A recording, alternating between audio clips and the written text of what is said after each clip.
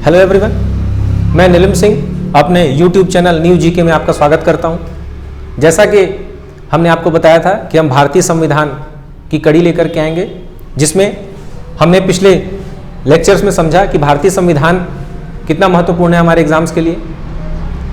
आज हम शुरू करते हैं अपना टॉपिक, जो सबसे पहला टॉपिक है भारतीय संविधान का विकास, या इसी को कहा जाता है भारत का संवैधानिक विकास। इसमें हम भारतीय संविधान के निर्माण के क्रम को समझेंगे। वैसे तो यह निर्माण का क्रम देखा जाए तो 1773 के रेगुलेटिंग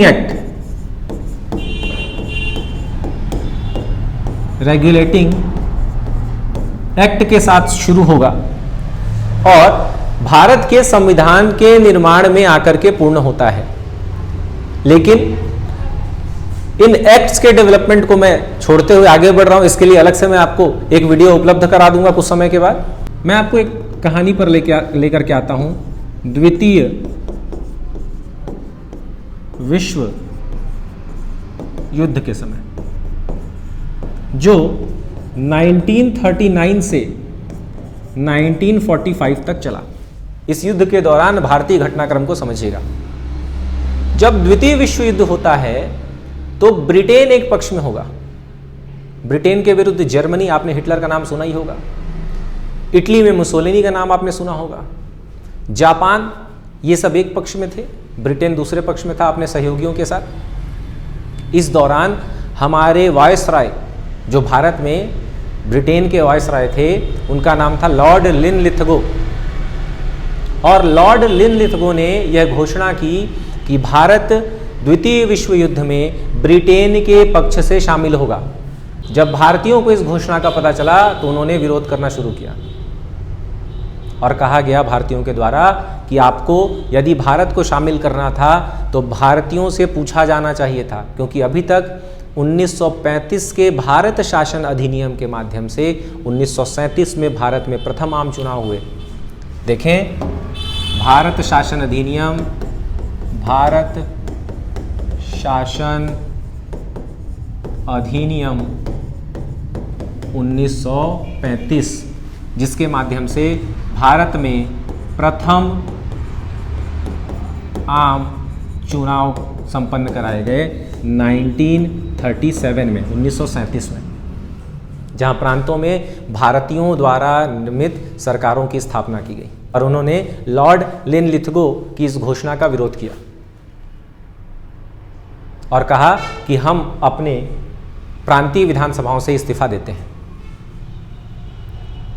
इसी दौरान युद्ध में ब्रिटेन की स्थिति कमजोर हुई और ब्रिटेन भारत से सहयोग प्राप्त करने के लिए ब्रिटेन की संसद ने एक मिशन भेजा, जिसको कहा गया क्रिप्स मिशन। क्या कहा? क्रिप्स मिशन, जिसको भेजा गया 1942 में भारत भेजा गया। इस मिशन, यह एक सदस्यीय मिशन था। इसमें एक मेंबर थे जिनका नाम था sir Stafford Cripps. Sir Stafford Cripps ये भारत आते हैं, भारत के लोगों से बात करते हैं। सामान्यतः जो भारत के लोग थे उनका प्रतिनिधित्व करने के लिए इंडियन नेशनल कांग्रेस की स्थापना की गई थी। आप जान रहे हैं, इसे भारतीय इतिहास में आपने पढ़ा होगा। और दूसरी तरफ एक बड़ी दूसरी पार्टी थी जिसका नाम था मुस्लिम लीग। और भी कई सारी पार्टियां इस समय तक अस्तित्व में आ चुकी थी। इनके साथ इनका सलाह मशवरा होता है। तो क्रिप्स मिशन कब आया? 1942 में। एकल सदस्य था और इसके अध्यक्ष थे सर स्टैफर्ड क्रिप्स। आगे देखें, क्रिप्स मिशन।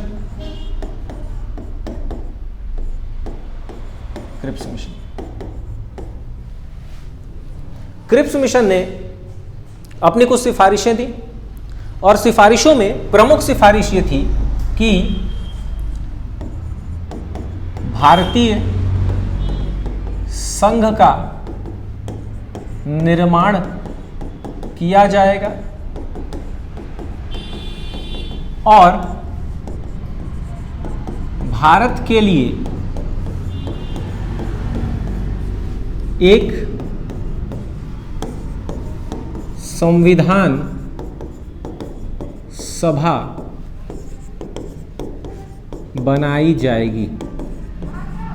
परंतु कई सारी सिफारिशें थी, लेकिन परीक्षा के पॉइंट ऑफ व्यू से देखें तो हमारे लिए उतनी महत्वपूर्ण नहीं है। हम देखते हैं, इन्होंने कहा कि भारतीय संघ का निर्माण किया जाएगा और भारत के लिए एक संविधान सभा बनाई जाएगी, परंतु दोनों में शर्तें थी कि ये दोनों चीजें युद्ध के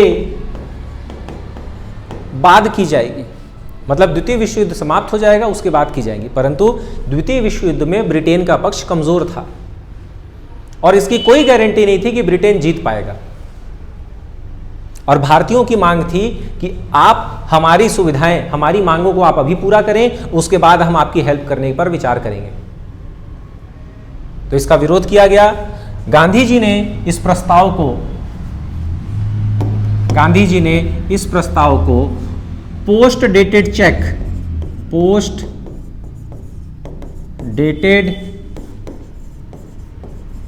चेक की संज्ञा दी। इन्होंने कहा महात्मा गांधी जी। अब पोस्ट डेटेड चेक का मतलब होता है कि एक ऐसा चेक जिसको भविष्य में देने की बात कही जाए, तो भविष्य में दिया जाएगा। इन्होंने कहा युद्ध के बाद दिया जाएगा। और इसी में जवाहरलाल नेहरू ने कमेंट किया कि यह एक दिवालिया बैंक का पोस्ट डेटेड चेक है। एक ऐसा बैंक जो खुद दिवालिया होने के कगार पे है, वो क्या कर रहा है, चेक देना चाहता है, वो भी पोस्ट डेटेड। वो बैंक रहेगा या नहीं रहेगा इसकी कोई गारंटी नहीं। और क्रिप्स मिशन का विरोध किया गया। मुस्लिम लीग ने भी इसका विरोध किया, क्योंकि अब तक मुस्लिम लीग मुसलमानों के लिए एक नए राष्ट्र के निर्माण की बात करने लगी थी, और उनको लगा कि यदि इन सिफारिशों को मान लिया जाएगा तो एक संविधान सभा स्थापित की जाएगी, और एक संविधान सभा एक संविधान बनाएगी, और एक संविधान केवल एक देश का हो सकता है। दो देशों का एक ही संविधान नहीं हो सकता, और ना ही एक देश में दो संविधान हो सकते हैं। तो मुस्लिम लीग ने भी इसका विरोध किया और इंडियन नेशनल कांग्रेस ने भी इसका विरोध किया। तो यह मिशन हो गया असफल। 1945 में द्वितीय विश्व युद्ध समाप्त हुआ और द्वितीय विश्व युद्ध में ब्रिटेन की पक्ष की जीत हुई। जीत होने के पीछे प्रमुख कारण था अमेरिका का द्वितीय विश्व युद्ध में शामिल होना और ब्रिटेन के पक्ष से युद्ध करना। जब अमेरिका इस युद्ध में शामिल होता है तो वो जापान पे, आप जानते होंगे कि जापान के हिरोशिमा और नागासाकी पर जाकर के बम गिराएगा, एटम बम, और जापान सरेंडर कर देगा, और इस प्रकार ब्रिटेन की पक्ष की जीत होगी। परंतु ब्रिटेन पर अब यह अंतर्राष्ट्रीय दबाव बनेगा कि ब्रिटेन अपने उपनिवेशों को स्वतंत्र करे, क्योंकि यह जो युद्ध हो रहा था यह साम्राज्य विस्तार के लिए हो रहा था। तो अब विश्व शांति की बात कही जाने लगी, और यह भी कहा गया अमेरिका के द्वारा ब्रिटेन को कि आपने जिन देशों को उपनिवेश बनाया था, आप अगर उनको स्वतंत्र कर रहे हैं या उनसे उपनिवेश समाप्त कर रहे हैं तो आप उनको अभी की स्थिति में नहीं छोड़ सकते। वहां एक संवैधानिक व्यवस्था निर्मित करके देंगे, उसके बाद ही आप उन देशों को छोड़ करके आएंगे। ऐसा नहीं कि आपने 200 वर्षों तक उन पर शासन किया, उनका शोषण किया, और शोषण करने के बाद आप अचानक से बोरिया बिस्तर बांधे और चले गए। ऐसा नहीं करना था। तो ब्रिटेन की अब यह जिम्मेदारी थी कि भारत में संविधान का एक निर्माण करवाए जो भारतीयों द्वारा किया जाए। और भारतीय जनता भी अपनी स्वतंत्रता के लिए वर्षों से संघर्ष करते आ रही थी। तो उनके संघर्ष और अंतर्राष्ट्रीय दबाव का यह परिणाम हुआ कि ब्रिटेन अंततः भारत में एक संविधान सभा के निर्माण के लिए तैयार हुआ। और 1946 सेकेंड वर्ल्ड वॉर खत्म होने के अगले वर्ष एक मिशन भारत भेजा गया जिसको कहा गया कैबिनेट मिशन, जो भारत में 1946 में आया। यह कैबिनेट मिशन 3 सदस्यीय था, जिसमें एक अध्यक्ष और 2 सदस्य हुए। अध्यक्ष थे सर पैथिक लॉरेंस,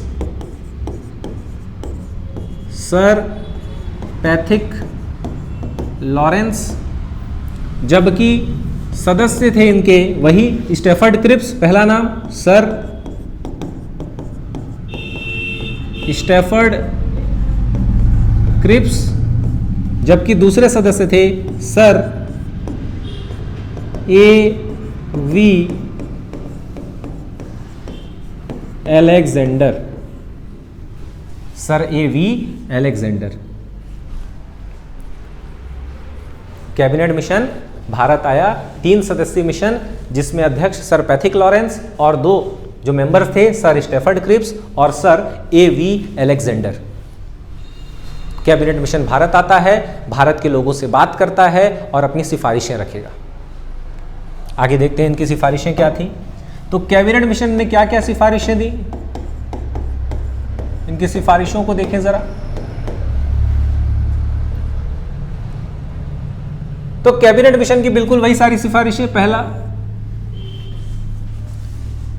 एक भारतीय संघ होगा, भारत एक संघ होगा, एक संघ होगा और ये संघ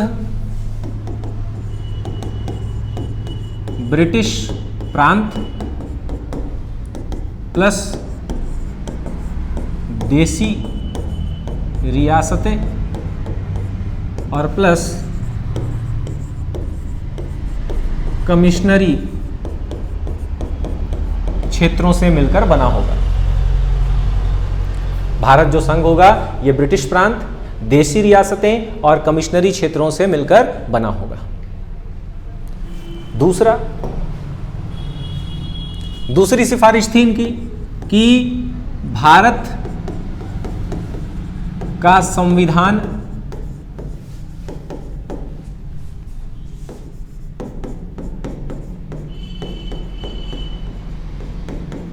भारतीयों द्वारा बनाया जाएगा।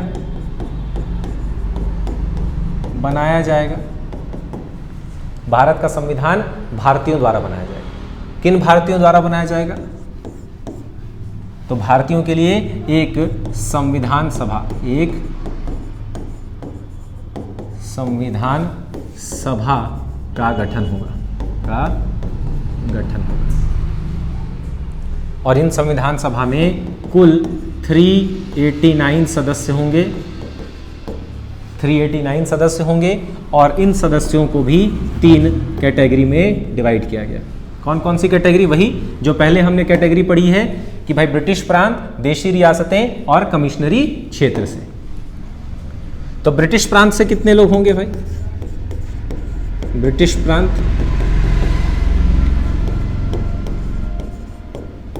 देशी रियासतें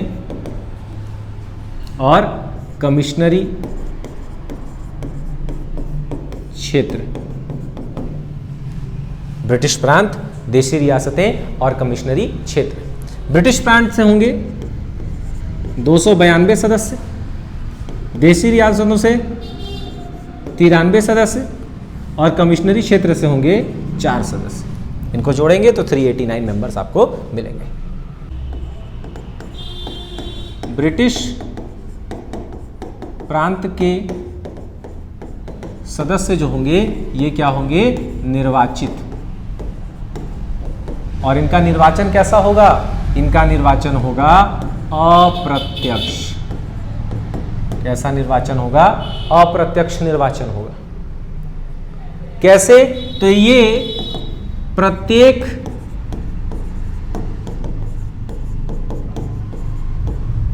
दस लाख की जनसंख्या में एक प्रतिनिधि चुना जाएगा। प्रत्येक 10 लाख की जनसंख्या में एक प्रतिनिधि चुना जाएगा। अप्रत्यक्ष निर्वाचन होगा। और चुनाव का तरीका क्या होगा? चुनाव का तरीका होगा आनुपातिक प्रतिनिधित्व प्रणाली।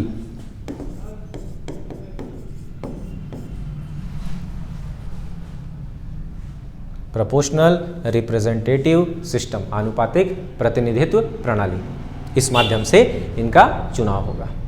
तो संविधान सभा का चुनाव करवाया जाएगा और संविधान सभा का चुनाव करवा करके ये जो सदस्य होंगे ये सदस्य शामिल होंगे किसमें? संविधान सभा में। तो संविधान सभा का चुनाव हुआ, हमारे सारे सदस्य निर्वाचित हुए और ये पहुंचे कहाँ? संविधान सभा में। हमारी संविधान सभा का गठन किया गया, का गठन हुआ। किसकी सिफारिशों के आधार पर? कैबिनेट मिशन की सिफारिशों के आधार पर। और अब जब गठन हुआ है तो इनकी बैठकें होंगी, तो देखते हैं संविधान सभा की बैठक। तो संविधान सभा की जो प्रथम बैठक थी, संविधान सभा की प्रथम बैठक होगी 9 दिसंबर 1946 को, 9 दिसंबर 1946 में संविधान सभा की प्रथम बैठक होगी। और प्रथम बैठक में सबसे पहले अस्थायी अध्यक्ष चुना जाएगा, और ये अस्थायी अध्यक्ष हुए हमारे यहाँ डॉक्टर सच्चिदानंद सिन्हा। अस्थायी अध्यक्ष। अभी विधानसभा की बैठक हुई, आप देखे होंगे कि प्रोटर्म स्पीकर पहले बनाए गए।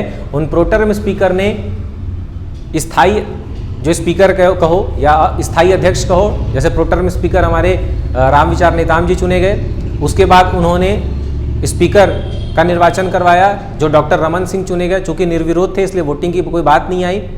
और उसके बाद, उससे पहले उन्होंने क्या किया, सदस्यों को शपथ दिलाया। तो यहां भी बिल्कुल वैसी ही व्यवस्था थी, प्रोटर्म स्पीकर बोलो या अस्थायी अध्यक्ष बोलो, डॉक्टर सच्चिदानंद सिन्हा चुने गए। कब? प्रथम बैठक 9 दिसंबर 1946 को। इसके बाद अगली घटना 11 दिसंबर 1946 को, जस्ट 2 दिन बाद, हमारी संविधान सभा के स्थायी अध्यक्ष और उपाध्यक्ष को चुना गया। स्थायी अध्यक्ष और उपाध्यक्ष को चुना गया। स्थायी अध्यक्ष हुए डॉक्टर राजेंद्र प्रसाद, जो बाद में हमारे पहले राष्ट्रपति बने, और उपाध्यक्ष हुए doctor H.C. Mukherjee, doctor Harish Chandra Mukherjee. तो 11 दिसंबर 1946 को स्थायी अध्यक्ष चुने गए डॉक्टर राजेंद्र प्रसाद और उपाध्यक्ष चुने गए डॉक्टर हरीश चंद्र मुखर्जी। आगे देखते हैं, अगली बैठक होगी इनकी फिर से 2 दिनों के बाद, यानी 13 दिसंबर 1946 को, 13 दिसंबर 1946 को। और इस दिन संविधान का उद्देशिका प्रस्ताव पेश किया जाएगा, पेश किया जाएगा। मतलब 13 दिसंबर 1946 को एक ऐसा प्रस्ताव पेश होगा, उद्देशिका प्रस्ताव जिसको कहा जाएगा, जिसमें यह बताया जाएगा कि संविधान का मूलभूत आधार क्या है, संविधान किन आधारों पर बनाए जाने की बात कही जाएगी। जैसे आप किसी भी पुस्तक को खोलेंगे तो सामने आपको इंडेक्स मिलता है, उससे पहले जब आप देखेंगे तो आपको उद्देशिका मिलती है कि उस किताब को लिखने का उद्देश्य क्या था, भाव क्या था, आवश्यकता क्या थी। आज भी संविधान के मूल भाव को समझना है तो संविधान की प्रस्तावना को पढ़ने की बात कही जाती है, जिसको हम प्रेम्बल कहते हैं। तो उद्देशिका प्रस्ताव प्रस्तुत किया गया और ये पेश करने वाले व्यक्ति थे पंडित जवाहरलाल नेहरू। पंडित जवाहरलाल नेहरू। तो नेहरू जी ने उद्देशिका प्रस्ताव किस दिन पेश किया? 13 दिसंबर 1946 को। आगे चलते हैं, इस पे चर्चाएं हुई और तिथि याद रखेंगे 22 जनवरी 1947। इस दिन उद्देशिका प्रस्ताव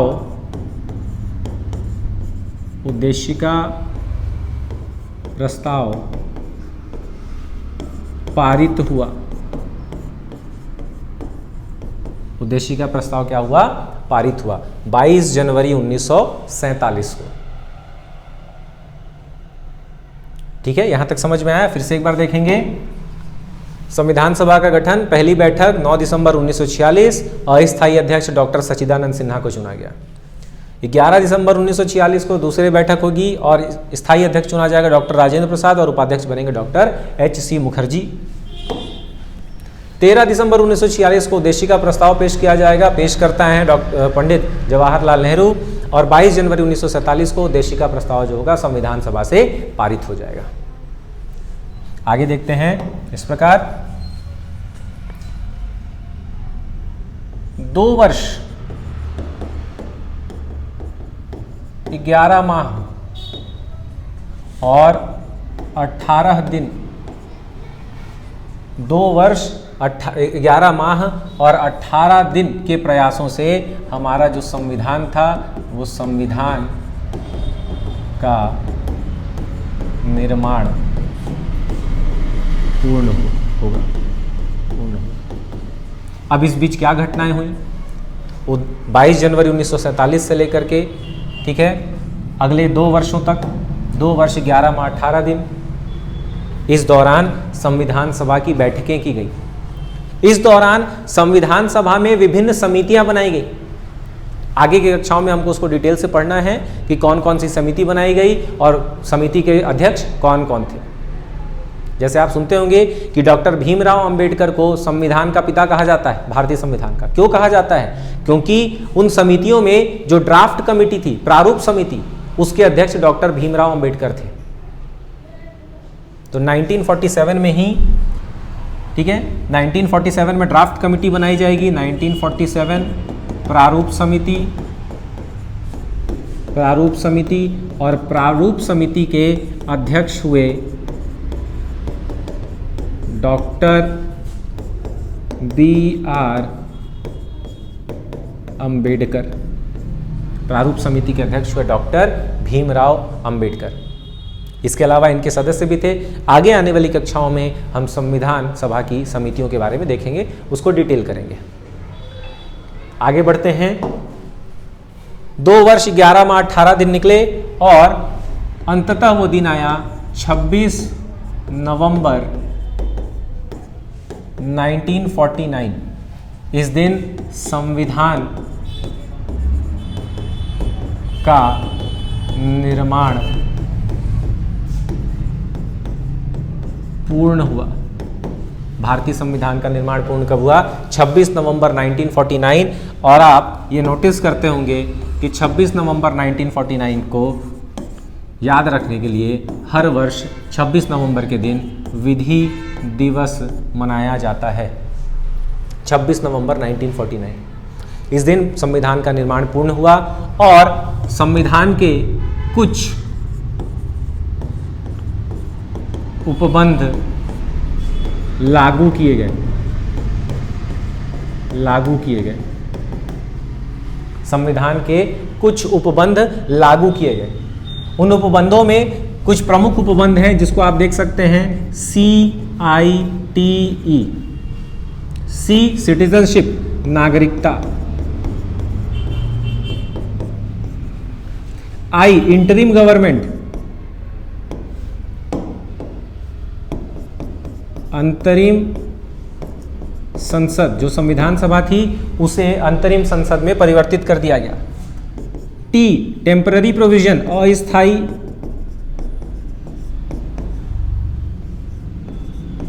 उपबंध। और E इलेक्शन यानी निर्वाचन। चार प्रावधान जो थे वो 26 नवंबर 1949 को लागू कर दिए गए। अगली तिथि आप सब वाकिफ हैं, 26 जनवरी 1950। इस दिन भारतीय संविधान लागू किया गया। और इसी दिन आप मनाते हैं क्या? गणतंत्र दिवस, रिपब्लिक डे। अब 26 नवंबर 1949 से जब ये आपका भारतीय संविधान जो है वो 26 नवंबर 1949 को पूरा हो चुका था, तो इसको लागू करने की तिथि 26 जनवरी 1950 क्यों निर्धारित की गई? 2 महीने इंतजार क्यों करना? इसके पीछे की कहानी इतिहास में जाएंगे तो वहां मिलेगी। उस कहानी को समझते हैं। वो कहानी जुड़ेगी कांग्रेस के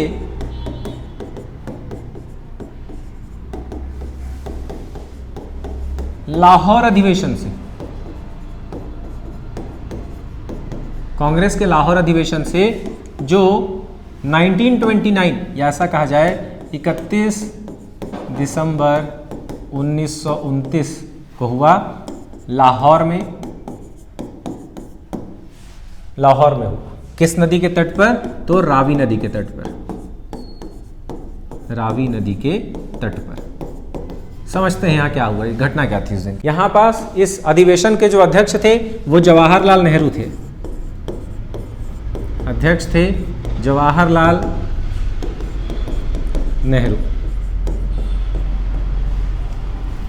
31 दिसंबर की रात को जवाहरलाल नेहरू जी ने अध्यक्षता करते हुए यह घोषणा की कि 26 जनवरी 1930 से पहले भारत को पूर्ण स्वराज मिल जाएगा या पूर्ण स्वराज दे दिया जाएगा।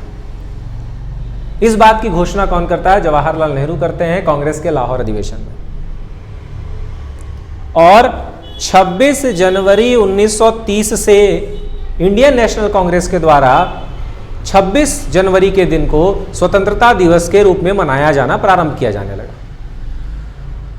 लेकिन अंग्रेजों के द्वारा हमको स्वतंत्रता दी गई 15 अगस्त 1947, परंतु 1930 से लगातार हम 26 जनवरी को स्वतंत्रता दिवस के रूप में मना रहे थे।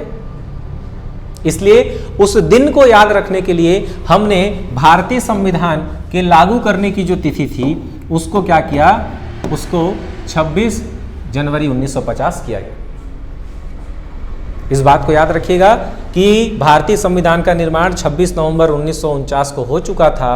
इस दिन कुछ प्रोविजंस लागू भी किए जा चुके थे, परंतु 26 जनवरी की तिथि को चिरस्थायी रखने के लिए इसे 2 महीने बाद लागू किया गया 26 जनवरी 1950 को, जिसको आप वर्तमान में रिपब्लिक डे के रूप में मनाते हैं। और इसके पीछे की कहानी मैंने आपको बताया कि कांग्रेस के लाहौर अधिवेशन में यह घटना हुई थी जवाहरलाल नेहरू की घोषणा के बाद।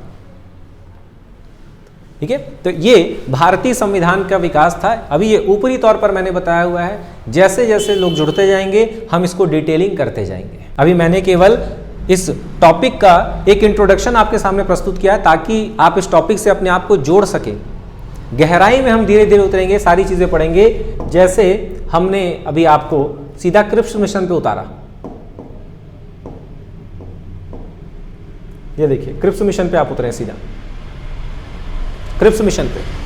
इससे पहले की भी घटनाएं हैं, रेगुलेटिंग एक्ट 1773 से लेकर के भारत के स्वतंत्र होने तक बहुत सारी घटनाएं।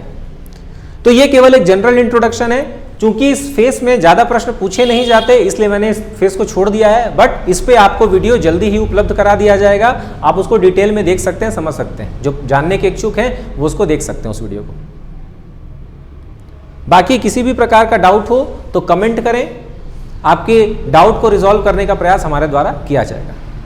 तो आज हम इसको इतना ही रखते हैं, बाकी अगले विषय पर हम चर्चा करेंगे अपनी नेक्स्ट वीडियो पे। Thank you.